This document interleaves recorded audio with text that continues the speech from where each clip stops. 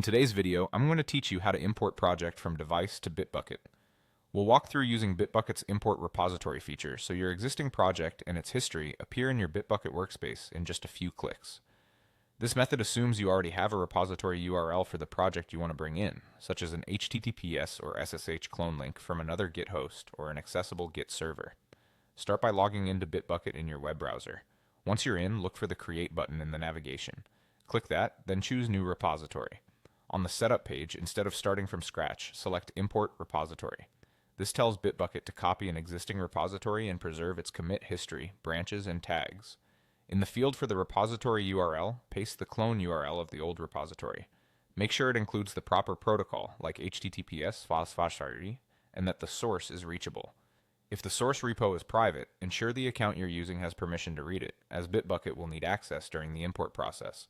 Next, select the workspace where you want the new repository to live. Workspaces are the top-level containers in Bitbucket, typically aligned with your team or organization. If your workspace uses projects to group related repositories, choose the appropriate project to keep everything organized.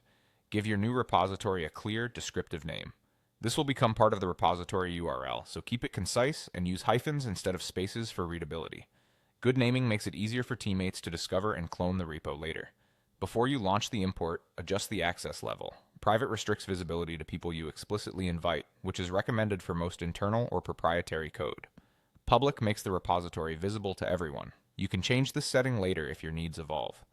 Take a moment to review your selections: the source URL, workspace, project, repository name, and access level. When everything looks right, click Import Repository. Bitbucket will connect to the source and begin copying the data. Larger repositories can take longer, so give it a moment to complete. When the import finishes, you'll land in the new repository view.